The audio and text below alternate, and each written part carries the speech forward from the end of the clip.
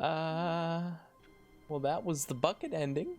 What All the of his co-workers fuck? were gone. What could it mean? Stanley decided to go to the meeting room. Perhaps he had simply missed a memo. I don't want to touch the bucket, man. See, it's awaiting input. See, why does this turn on? There's definitely an ending, but like, I don't. 420! Stanley went around touching every little thing in the office, but it didn't make a single difference. Do I even want to pick up the bucket? Did it advance the story in any way? Let's pick up the Stanley bucket. lifted the bucket into his arms, and a wave of comfort rushed over him. Well, we'll take the bucket, but we'll do some different things this time. Stanley clutched the bucket tightly to his chest and entered the door on his left. It's just a bucket. Still no one was here. Tips for not Stanley getting fired. needed the bucket's warmth and comfort now more than ever. Perhaps his boss's office. Oh, Stanley, can you feel it? The broom closet. It wants the bucket. You can feel that, can't you? The aura of jealousy. It's as clear as day. Is it the This broom TF2 closet wrench? believes it deserves the bucket. I can really feel it now. Cool. It's a bucket. It belongs in a broom closet. That's what the broom closet is trying to say here. It's supposed to go with the other cleaning supplies. Good for you, Stanley. Don't give in. Don't hand over the bucket.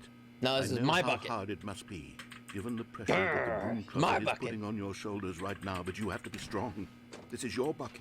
This is your companion and lifelong friend. You can't hand it over. Oh, no. We're getting into name-calling now, it seems. Is this how low the broom closet has sunk that it has to resort to this stream of petty insults simply in order to get you to hand over the bucket? Stanley, I never liked this broom closet for a variety of reasons, but even this is worse than I had imagined. And wait, now the broom closet has the gall to imply that you and the bucket are not truly deep and lasting friends? That your relationship is purely superficial and convenient? That your life is so banal and meaningless that you'd feel the same sort of kinship towards any inanimate object which happened to lay in your path in an even partially enticing manner? Well, I never.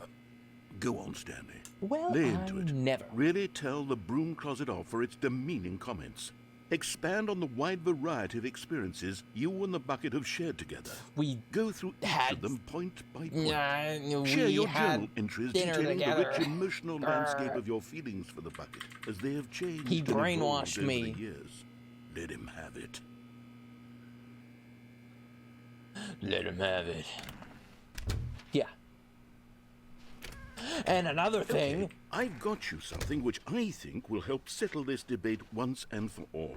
Here we go. There. Now it's settled. No more debate, no more discussion.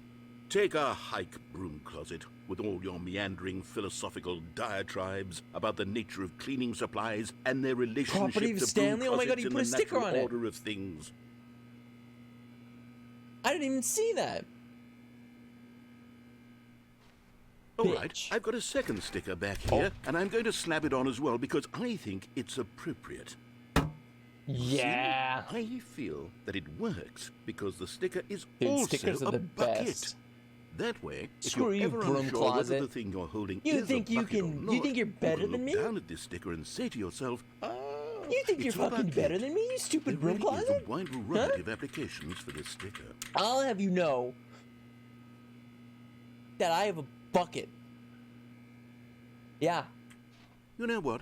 I could take the name-calling and the dismissal of your kinship with the bucket, but now the broom closet is just giving us the silent treatment. And to be honest, I'm sick of the pettiness on display. You can stay here all you like, but I've had it with this impetulant room of cleaning supplies. Easily the most childish such room I've ever been in. Dude, I'll the bathroom see you is so much cooler than outside, this. and we can get on with the story about you and your bucket. Thank you. I'll be moving on now. Coming to a staircase, Stanley and the bucket walked upstairs to the boss's office. You know what? Let's go upstairs to the boss's office. We only did that first in our first ending. Let's see what the bucket has to say. Let's see what the bucket does. Stepping into his manager's office, Stanley was once again stunned to discover not an indication of any human life. Crushed by the weight of this revelation, Stanley may have broken down into an emotional dumpster fire, if not for the soothing presence of the bucket. Sure. Even now, in his darkest of hours, did the bucket's warmth and guiding light I do pierce like the my dark bucket. clouds of confusion and chaos. It would be with him always. Thank you. The bucket would. and he knew it. But Stanley guessed the correct code by sheer luck. Was it that the bucket knew all along? It was actually. The bucket guiding him? Yes. Oh. This is certainly the most logical explanation. It truly was the bucket, actually.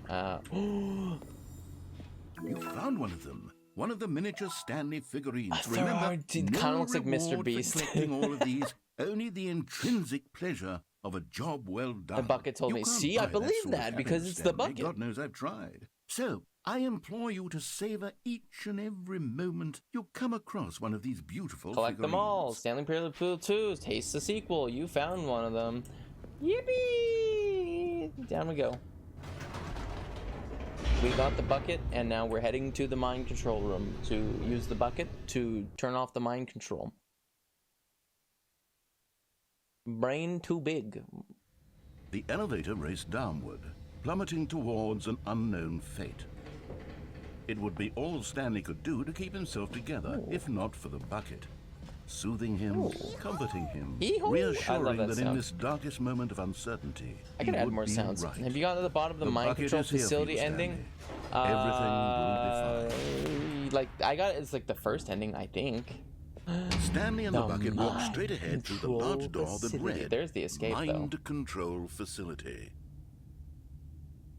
I don't know. Can I suggest turning the machine on? I didn't even know I could do that. Well, now I have to do it.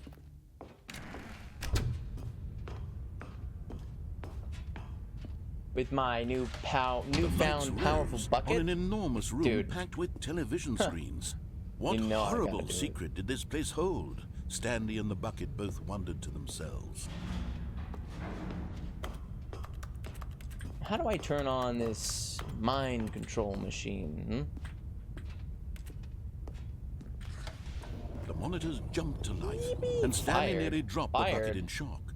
Everyone in the office was being videotaped, monitored like guinea pigs. Hey, some of these repeat. I'd never seen anything like this, and it very nearly burst into tears as Stanley cradled it gently, reassuring it that everything would be fine.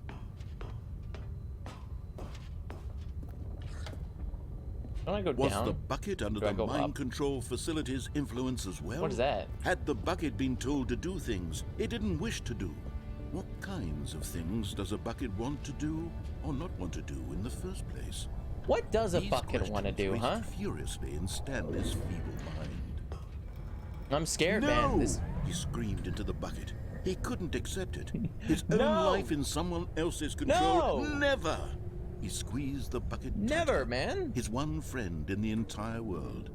At this point, he could trust no one except for the bucket. It's come to that, honestly. It really has come to that. The heart of the operation. Controls I didn't labeled with notice emotions, that it was labeled happy offline. Or sad, or content. Walking, eating, working, all of it monitored and commanded from this very place. And as the cold reality of his past began to sink in, Stanley decided that this machinery would never again exert its terrible power over another human life.